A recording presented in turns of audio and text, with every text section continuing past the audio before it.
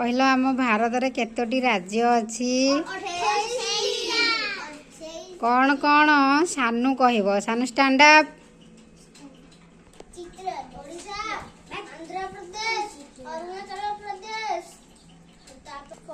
Assam, Bihar, Chhattisgarh, Goa, Gujarat, Haryana, Jharkhand, Karnataka, Kerala, Madhya Pradesh, Maharashtra, Manipur, Meghalaya, Mizoram,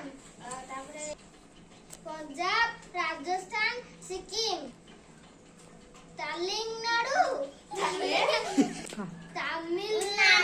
Telangana, Tripura, Uttar Pradesh, Uttarakhand, Paschim Banga. Good, सब कहीदेला सुना पिला। बस बस बस।